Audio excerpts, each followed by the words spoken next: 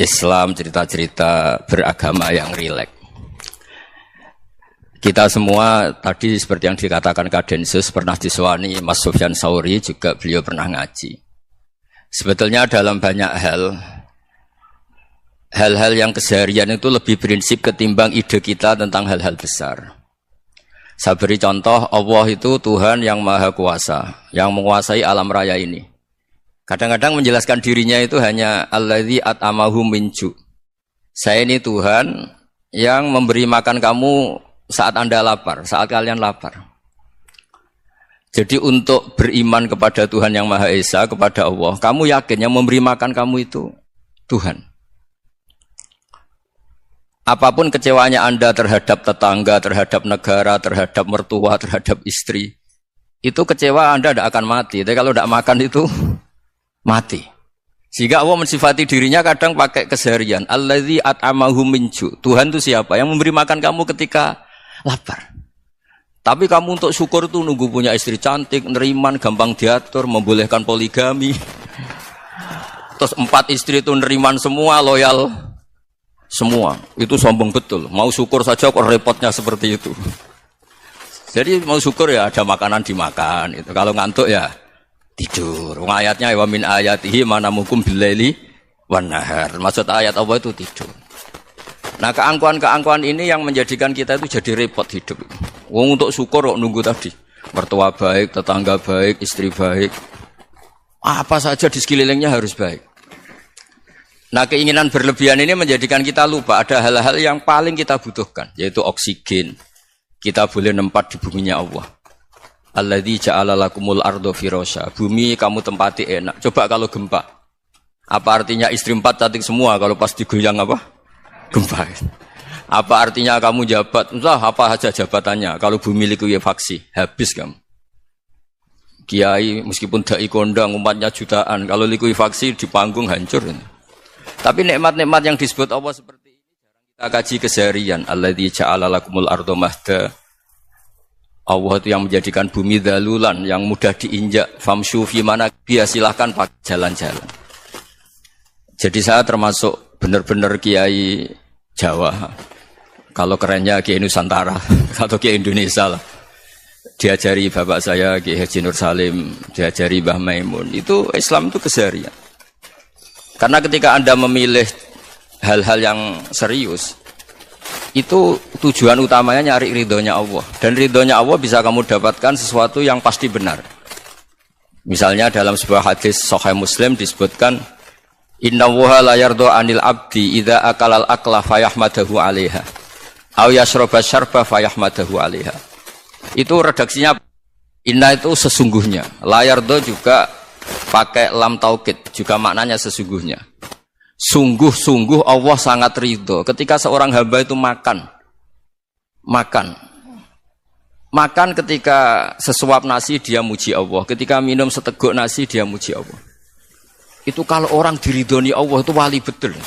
Itu untuk jadi wali itu gampang. Kamu makan ridho, kamu ninjak buminya Allah ridho seneng, kamu hidup keseharian aman seneng. Nah ini supaya sampean kita semua ngaji betapa panduan Rasulullah untuk menggapai ridho Allah itu banyak yang keseharian sekali. Saking kesehariannya banyak dalam hadis dan itu sahih. Nabi menyebut hal-hal yang keseharian. Hatta ma tas'alu fi imra'atika. Kamu punya uang, kemudian istri kamu bisa makan, itu ibadah. Bahkan sebagian ibadah itu dicontohkan Nabi yang akhirnya diprotes sahabat. Yaitu wa fi buti ahadikum sedekah. Kamu menggauli istri kamu itu ya sedekah. Sampai sahabat bilang, yang benar ya Rasulullah. Ayati ahaduna syahwatahu wa huwa lahu ajrun. Masa urusan biologis, urusan syahwat kemudian dia dapat pahala. Nabi menjawab, alai salawadu'aha fi haramin aka'ana alaihi wisrun. Bagaimana kalau dia meletakkan ke yang tidak benar, itu kan dosa. Nah, hal-hal seperti ini yang saya ingin teman-teman semua lah.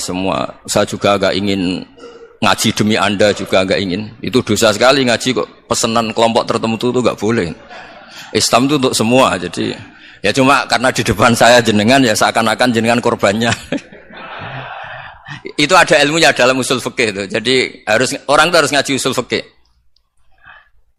Nama yang disebut, mungkin Mas Sufyan masih ingat zaman ngaji usul fikih. Nama yang disebut itu tidak jaminan sebagai prioritas perintah. Jadi misalnya gini, kebetulan yang di depan Nabi itu Abu Dzar. Nabi ya bilang, ya Abu Dzarin ini uhibbuka misalnya, atau ya Mu'ad ini uhibbuka, atau ya Abu Hurairah ini uhibbuka misalnya. Banyaklah riwayat yang Nabi nyebut ya Abu Dzarin, ya Mu'ad, ya Abu Hurairah. Kemudian misalnya Nabi meneruskan khitab, ini uhibbuka, saya mencintai kamu, fakul dubur sholatin, atau sebagian riwayat disebut fala tada'anna dubura kulli sholatin, Allahumma inni ala dzikrika wa syukrika wa husni ibadatik. Saya mencintai kamu, siapa saja, Mu'ad bisa, Abu Dzar bisa siapa. Saya mencintai kamu, mohon kalau habis sholat kamu jangan lupa wiridan Allahumma a'inni ala dzikrika wa syukrika wa husni ibadatik. Ya Allah, tolong kami permudah supaya mudah ingat engkau. Anda tidak bisa mentang-mentang, wong nama saya Parmin, nama saya Purnomo, itu yang diperintahkan Mu'ad misalnya. Jadi yang disebut satu, tapi khitab itu untuk siapa saja. Saya teruskan ya. Jadi saya mohon semua kita melakukan kebaikan itu, kalau dalam kaidah fikih disebut al-yakin la yuzalu bisyak. Banyak kebaikan yang kebenarannya itu 100%. Tidak punya efek samping ke pihak lain, ke kelompok lain, ke komunitas lain. Itu tadi misalnya Anda makan, dan itu murah sekali, hanya butuh satu piring. Setiap kunyahan kamu muji Allah, setiap minum kamu muji Allah. Itu redaksinya Rasulullah SAW disebut Allah sangat ridho ketika seorang hamba makan, kemudian dia memuji Allah, atau minum kemudian dia muji Allah. Logikanya gampang. Negara seperti ini yang kamu harapkan bentuknya kayak apa, mertua, ipar, komunitas, tetangga, itu nyata terjadi itu kan belum pasti. Sementara yang mesti terjadi adalah kamu butuh makan, kalau tidak mati. Butuh minum, kalau tidak mati. Butuh bumi yang nyaman ditempati, kalau tidak kita juga mati. Sebab itu Allah kalau menyebut nikmatnya itu hal-hal yang keseharian. Alladzi at'amahum min ju'. Allah itu siapa? Allah itu yang menciptakan kamu bisa makan. Tidak berlebihan. Allah itu yang menciptakan kondisi sosial itu ideal. Zaman Nabi itu ya ada orang munafik. Orang-orang pilihan Allah itu juga diuji orang sekelilingnya yang macam-macam.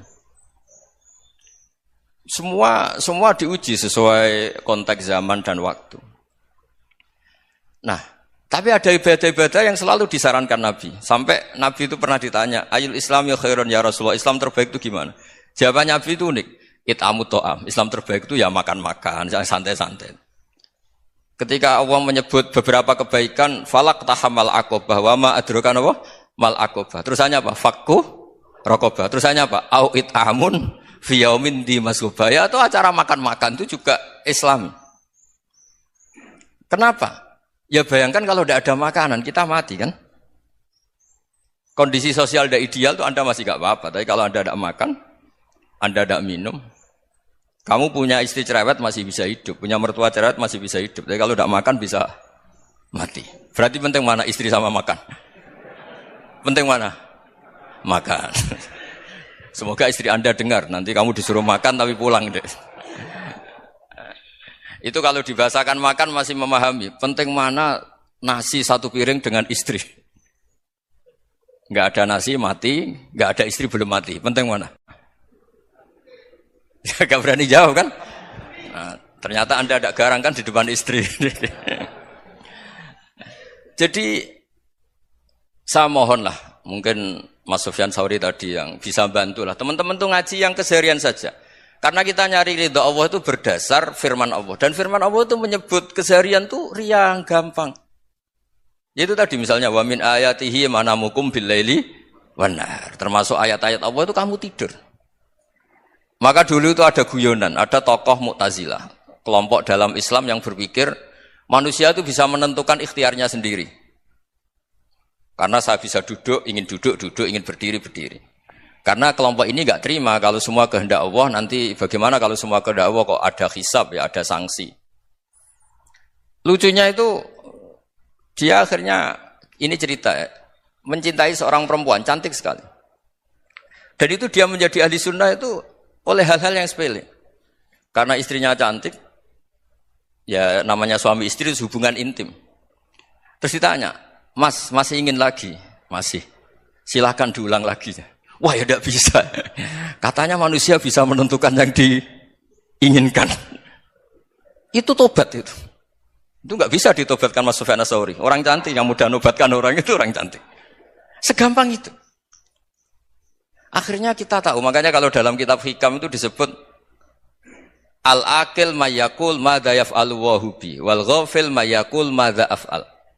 Orang yang punya akal karena sadar ini wilayah Allah, semua milik Tuhan. Itu dia tiap hari berpikir, besok Allah akan melakukan apa terhadap dunia ini.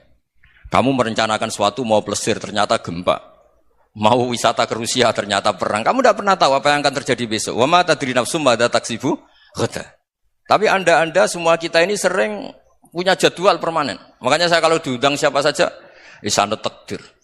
Yang jelas Gus ini acara penting. Ya masih acara penting nak pangeran ngersakno apa piye? Kok ape dadi pangeran? Kamu kok mau jadi Tuhan?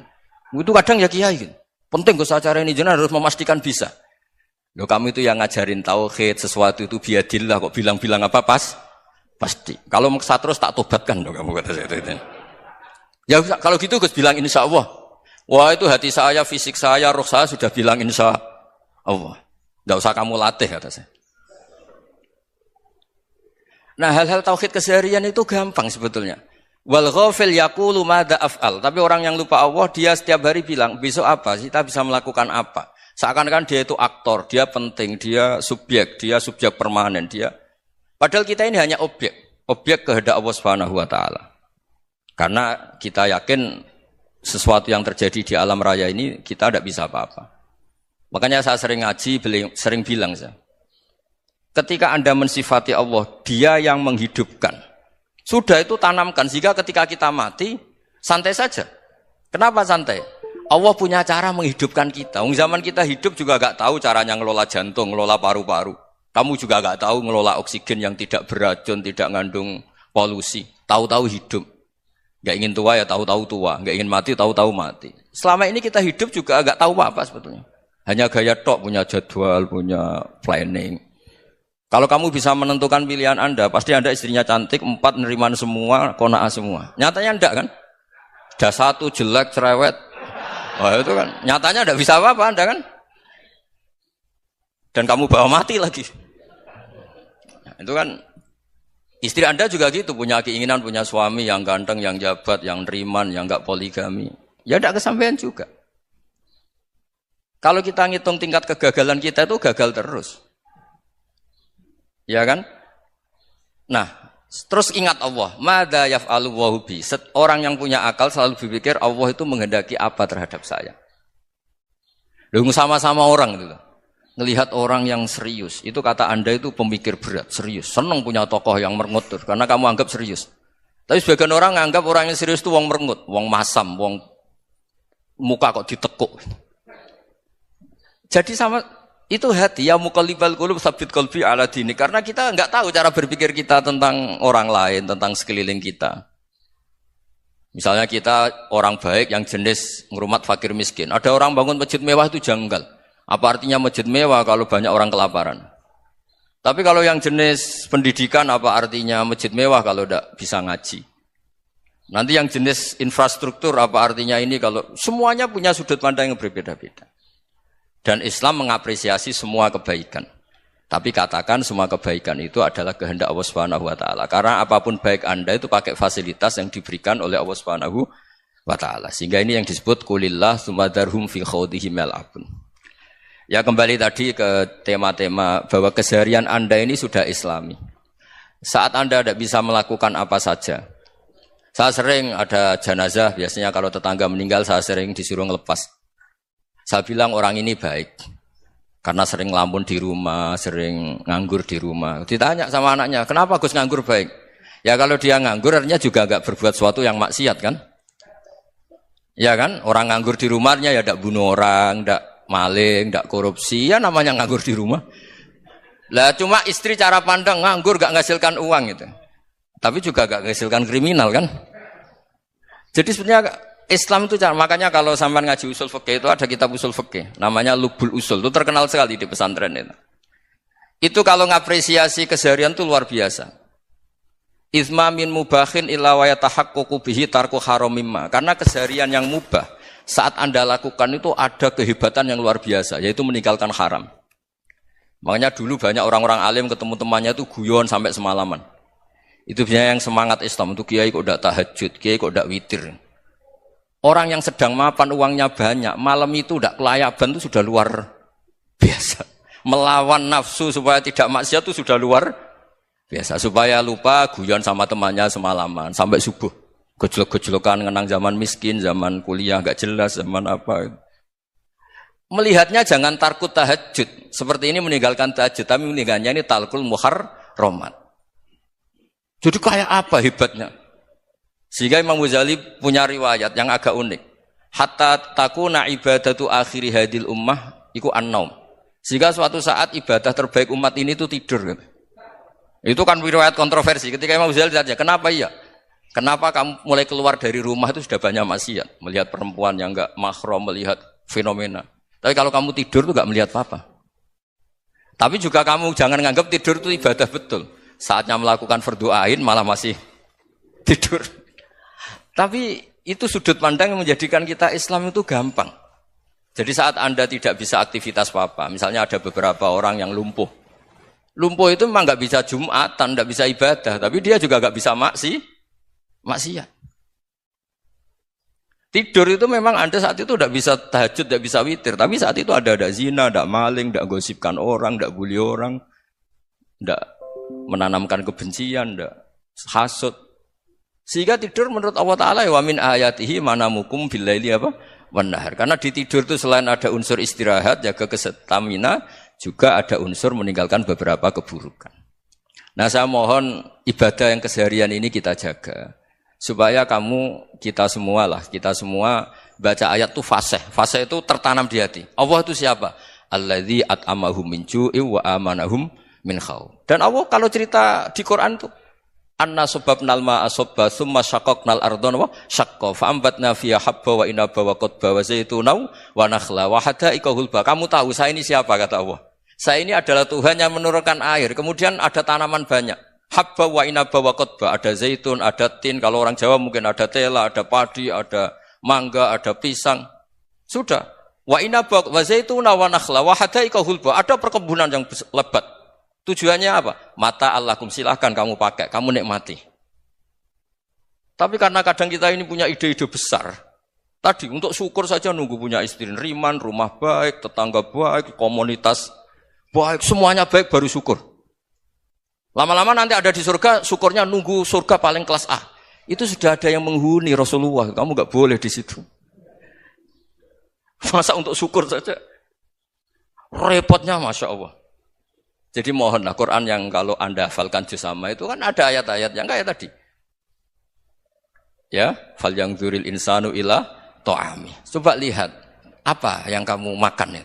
Dari mana? Dan untuk mempertahankan hidup kamu keseharian. Jadi jangan kira ibadah itu harus membentuk komunitas yang versi Anda. Ibadah itu harus hal yang mulu-mulu. Kesehariannya Anda alami. Loh ini saya tidak bikin-bikin. Saya ngaji bukan karena berdasar pesanan. Itu ayat yang saya baca kan betul ada ayatnya kan. Fal yang dzuril insanu ila ta'ami. Anna sababnal ma'a sabba tsumma syaqqaqnal ardha syaqqa fa ambasna fiha habba wa inaba wa qadba wa zaituna wa nakhla wa hada'iqa ghulba. Terusannya apa? Mata'al lakum, silakan kamu nikmati. Mata itu silakan kamu nikmati. Ya kayak sampean dikasih hidangan ya makan. Ya sudah makan. Habis makan ya minum. Habis itu ngantuk ya tidur. Ya sudah normal-normal saja. Kayak apa indahnya Islam. Tapi Anda mencari Islam yang gimana lagi? Nah itu yang diajarkan guru-guru kita, diajarkan sanad kita sampai Wali Songo, sampai Rasulullah SAW. Bahwa pada akhirnya ada jihad, ada perang. Itu dulu memang perang, bukan membunuh. Beda. Dulu kita dijajah Belanda ya perang, dan itu normal karena kita dijajah. Jadi ketika orang lain ingin baik sama kita, wa in ahadum minal musyrikin astajaroka ya fa'jirhu hatta yasma'a kalam Allah. Kalau mereka ingin baik ya kita baik. Makanya ada istilah musta'man, mu'ahad. Kalau mereka ingin damai, berdampingan dengan kemajmukan ya itu yang lebih baik. Karena memang Islam menghormati proses perdamaian. Wa in janahu nawa lisalmi ya fajnah lah. Kalau ingin damai ya kita harus damai. Jadi andai kan dulu Belanda datang ke Indonesia kok minta besanan gitu. Ya mungkin kita juga senang karena memperbaiki hidung kan kalau kita besanan gitu. Nah tapi wong jajah dulu itu kan masalah kan? Apa? Masalah kan? Jadi saya mohon ya, jadi apa? Saya tadi minta sama Bapak Kadensus kemarin juga pernah main ke saya. Jangan sering ketemu saya ini sudah uzlah, saya ini sudah mau daftar jadi resi. Saya itu kemarin di muktamar juga agak datang, acara di Jogja juga sudah. Karena memang keluarga saya dulu itu bahasa ya, bapaknya bapak saya itu enggak keluar rumah itu puluhan tahun. Memang punya adat uzlah. Ya makanya ngaji saya ngaji aja yang gampang-gampang aja, yang enggak orderan, enggak pesenan ngaji aja dulu yang gampang. Saya ikhlas, yakin betul saya ikhlas. Ikhlas itu menurut saya itu roh. Orang enggak ikhlas menurut saya itu orang aneh. Ikhlas itu gampang, sudah saya bilang. Kalau kamu yakin ilmu itu milik Allah, ngasihkan juga ikhlas itu milik Allah. Apa sih yang kamu punyai sehingga kamu tidak ikhlas? Uang milik Allah, energi kita milik Allah, bumi milik Allah. Kemudian kamu merasa memiliki. Merasa memiliki itu kalau dalam ilmu tasawuf sudah kesalahan kan. Bagaimana Anda punya? Coba tahu-tahu tanah itu kok milik Anda. Karena saya beli, Gus. Saya beli dari orang, dari Zaid. Padahal yang asli punya itu Allah. Apa benar kamu pernah beli sama Allah? Zaid ini pemilik nisbi, pemilik yang enggak sebenarnya kan? Ya enggak? Yang benar-benar pemilik itu Allah. Kok kamu ngerasa itu bumi kamu itu atas nama apa? Coba. Milik kan harus beli atau dikasih. Enggak semua kan? Nah, makanya itu famshu fi manakibiha, dan Allah menyebutnya, sudah saya ini yang menciptakan bumi. Waladzi ja'ala lakumul arda dalulan. Dan Allah menyebutnya sederhana, famshu fi manakibiha, silakan jalan-jalan. Terusannya apa? Wakulu mirizki, silahkan makan-makan. Jadi Islam itu ya makanya kiai-kiai itu ada acara makan, sampai ada guyonan fikuli makanin makan di setiap tempat ya makan. Nggih ngoten nggih, pokoke sing gampang-gampang mawon nggih. Nggih Mas Sufyan nggih sing gampang-gampang mawon nggih. Assalamualaikum warahmatullahi wabarakatuh. Nah, yang saya ingin tanyakan, bagaimana kita memupuk konsep persaudaraan tanpa memandang kepentingan duniawi? Bismillahirrahmanirrahim. Ya yang rileks saja ya.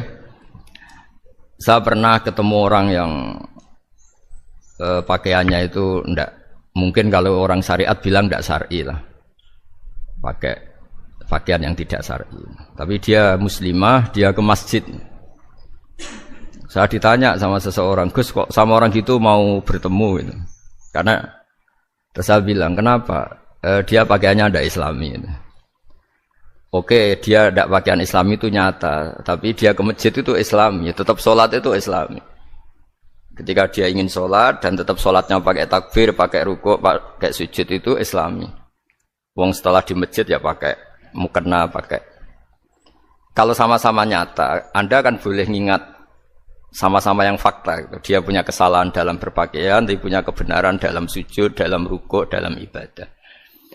Dan itu tradisi Quran. Quran ya cerita fama ya'mal mithqala dzarratin khairan yarah wa may ya'mal mithqala dzarratin syarran yarah.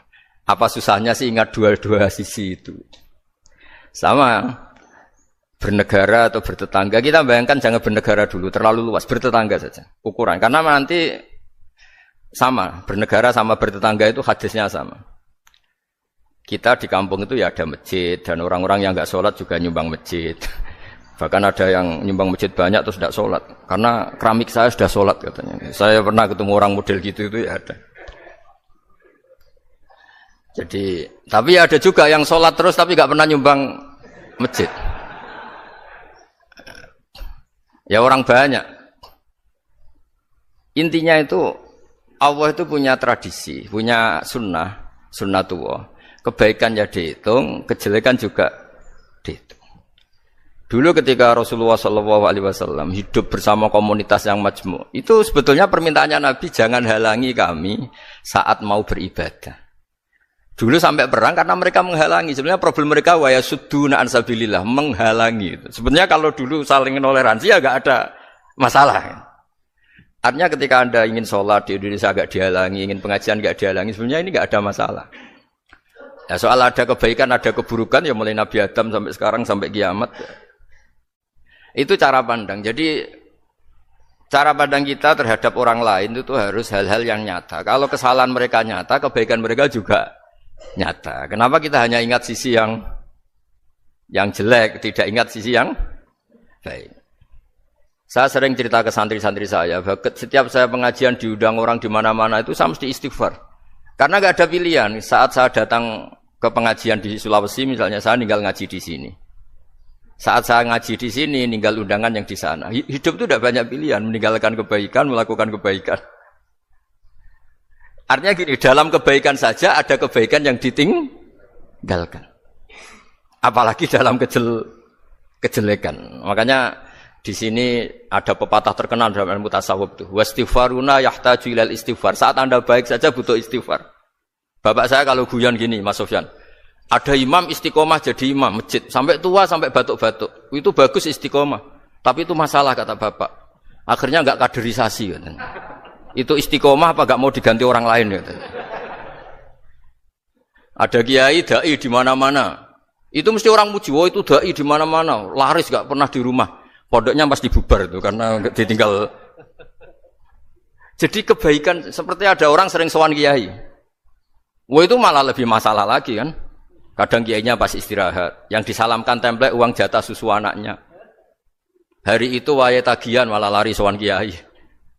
Jadi harusnya di rumah ada fardhu ain tagihan listrik entah apa. Jadi makanya di hikam itu terkenal kata-kata manusia itu siapa? Manusia itu mangkanat mahasinuhu masawiya fakih falatakunu masawihi masawiya.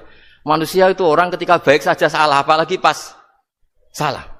Coba saya misalnya pidato begini, di atas panggung saya orang alim pidato nasihati orang. Di saat yang sama seperti yang tanya Mas Wildan tadi, ada agak sopannya. Di situ ada mungkin orang yang lebih sepuh timbang saya. Masa lebih muda kok di atas? Yang di bawah lebih tua. Ada agak sopannya. Mau enggak pidato disuruh, mau di atas disuruh, enggak sopan sama yang. Tapi misalnya yang paling sepuh pidato enggak pernah ngaji kok pidato terus gimana? Artinya ketika kita baik saja ada salahnya, apalagi pas salah. Sebab itu ajaran Rasulullah itu suruh berdoa Rabbana dzalamna anfusana. Sebelum minta itu merasa, ya Allah kita ini mendolimi diri kita sendiri. Karena dalam pilihan-pilihan itu pasti ada salahnya. Coba misalnya Anda bangun masjid habis 2 miliar. Yang harusnya 1 miliar sudah jadi. Terus nanti suatu saat ketemu Allah ditanya. Itu ada orang miskin, fakir miskin, yatim. Andai kan kamu sumbang 1 miliar itu sejahtera semua. Gara-gara kamu bangun masjid terlalu mewah. Ya tapi kadang-kadang orang kebaikannya itu orientasinya bangun masjid, gak tertarik nyumbang fakir. Saat itu cara berpikir gitu mau apa? Tapi kalau dia mau luhur manusia terbaik karena bangun masjid 2 miliar, coba diaudit secara kepentingan syar'i.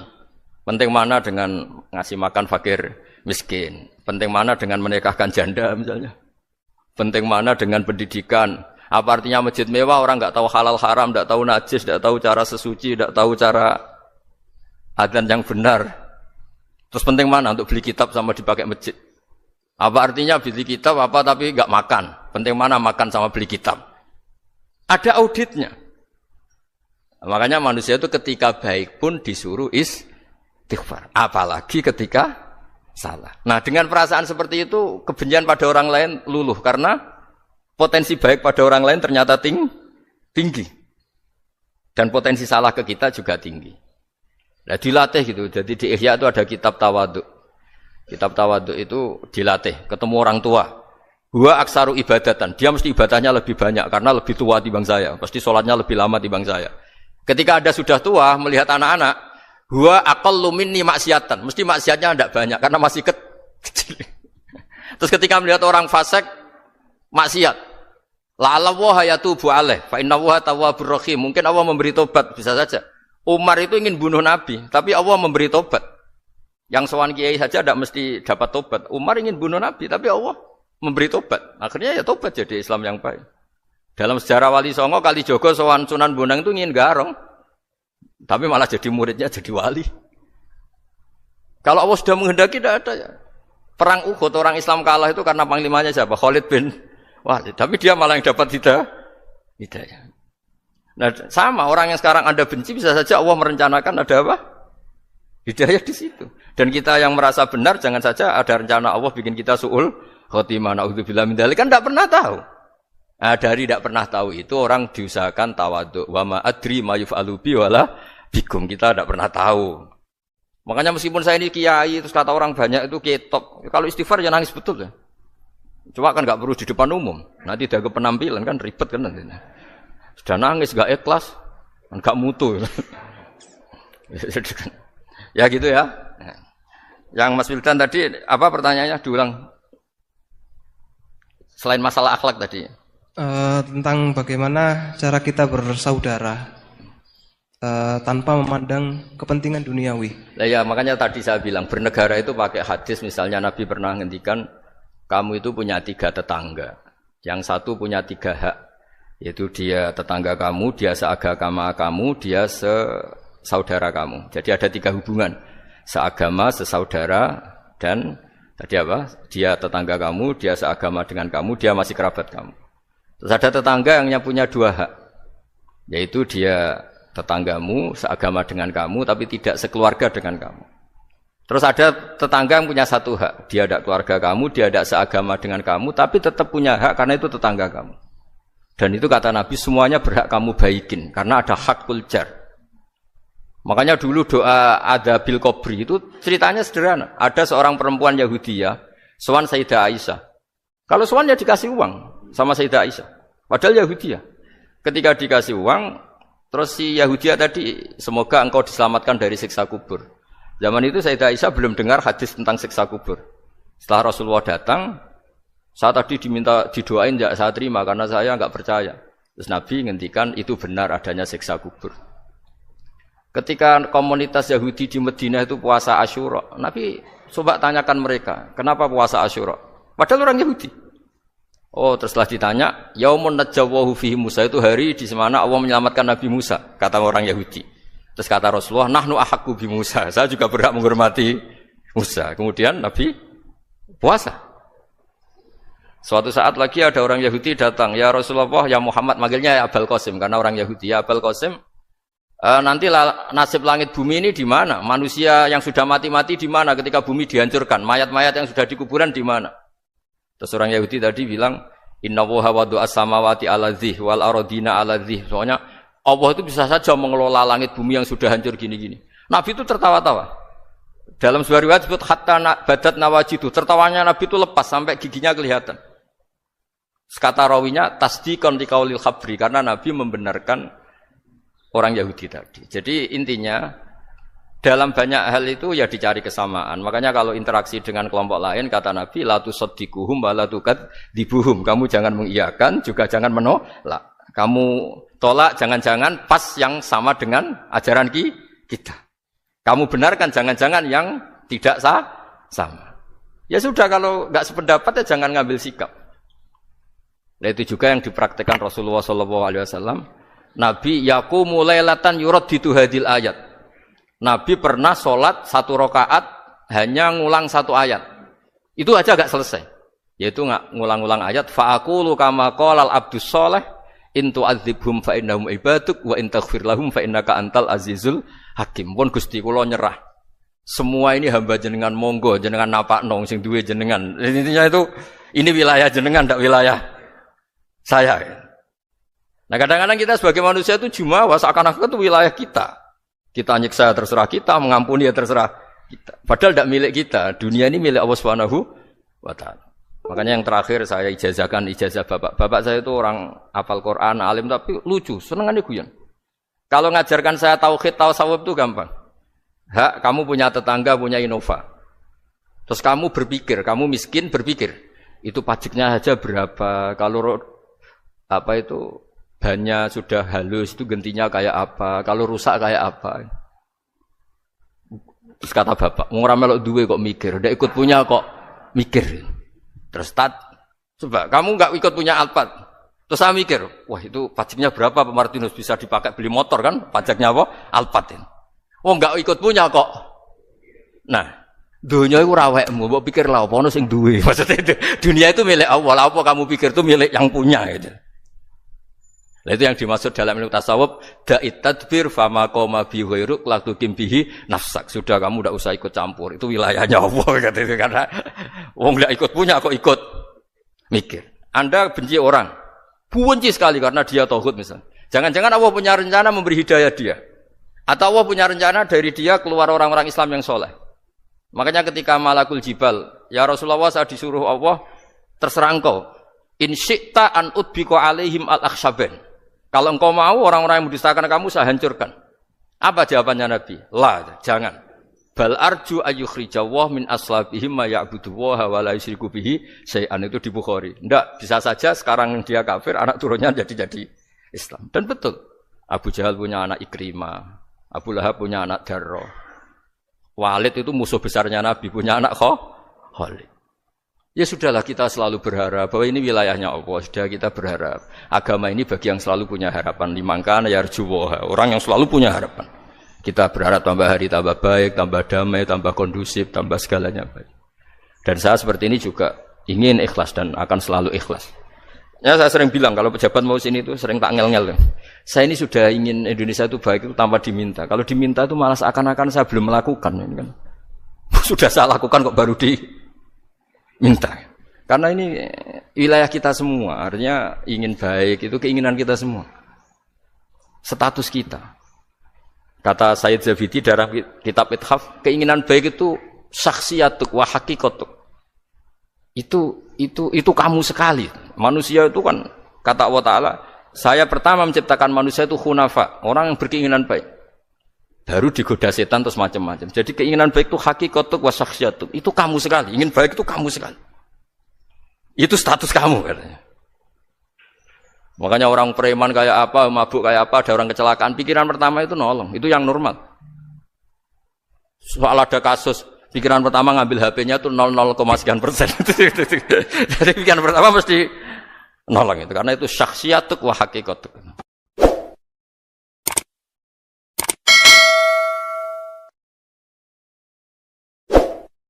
Kalau kamu berdoa, itu yang tadarruk itu ya yang sangat sopan, wakuf ya, secara diam-diam atau secara enggak berlebihan. Terus hanya ayat innahu la yuhibbul mu'tadin. Allah itu tidak suka orang yang melewati batas. Itu termasuk melewati batas dalam doa karena ada unsur mendikte Allah. Saya memberi contoh tadi. Misalnya kita sebagai cowok berdoa, ya Allah saya ingin punya istri cantik, sholihah, nasabnya baik, enggak pernah cerewet, enggak pernah apa. Itu kan nanti nyarinya juga susah. Nanti kalau Allah menjabatkan itu adanya di surga, ning donya ora payu rabi, kira-kira. Nah itu sudah berlebihan. Terus kalau ada ulama mengatakan doa itu mukhul ibadah, itu maksudnya gini, doa itu bukti kita minta itu bukti kita lemah. Nah merasa lemah itu sudah bagian dari ibadah. Makanya masyhur itu syairnya Abdul Al-Haddad itu. Fadu'ai wabdihali dalilun li 50 qori itu. Jadi saya berdoa itu hanya sebagai bukti saya butuh Allah. Saya sendiri tidak punya kepentingan mustajab apa enggak. Jadi wali-wali yang mengatakan doa itu mukhul ibadah, sebetulnya itu malah wali-wali yang dari awal enggak kelintas disembadani apa enggak. Butuhnya dia itu menunjukkan bahwa saya ini lemah. Buktinya, posisinya minta. Itu yang dimaksud mukhul ibadah. Tapi kalau kita berdoa terus posisi kita protes. Katanya kamu baik ya Allah, engkau baik. Ternyata enggak juga. Buktinya semua doa saya enggak kamu kabulkan. Wah, ini malah doa kriminal. Jadi yang dimaksud mukhul ibadah itu doa, itu bukti minta. Minta itu bukti lemah. Makanya ada syairnya Abdul Al-Haddad maksud fadu'a ibabdihali dalilun li 50. Jadi saya minta engkau ya Allah itu bukti saya butuh. Jadi itu bukan dua hal yang harus dipertentangkan. Jadi kalau doa dikatakan apa? Ibadah karena di doa itu minta. Lah minta itu bukti merasa kita lemah. Berarti kita sa'il Allah mas'ul. Kita minta Allah yang kita mintain. Kita menengadah Allah yang berposisi memberi. Itu saja sudah cukup sebagai ibadah. Meskipun doa kita tidak mustajab. Karena memang tadi seperti itu. Kalau di ilmu-ilmu tasawuf itu apa ya? Doa itu memang benar-benar sudah mukhul ibadah karena tadi perasaan merasa butuh sama Allah itu. Nah, merasa butuh itu, kalau kita berdoa merasa butuh sama yang kita minta, itu dalam ilmu tasawuf sudah kriminal, berarti kamu lebih butuh makhluknya. Misalnya begini ya, saya ingin punya rumah bagus, terus setelah punya rumah kredit saya utangnya banyak. Sebetulnya saya itu tidak pernah ingat Allah, gara-gara utang banyak, kredit jatuh tempo, terus melibatkan Allah. Ya Allah saya ini utang banyak ini, terus tolong dibayar. Sebetulnya saya itu ingat utang, cuma Allah tak libatkan kan. Lah itu tidak akan jadi wali, yang jenis ini tidak akan jadi wali. Saya ingin jadi dosen, melibatkan siapa ya nanya? Melibatkan Allah terus malam-malam bangun melibatkan Allah.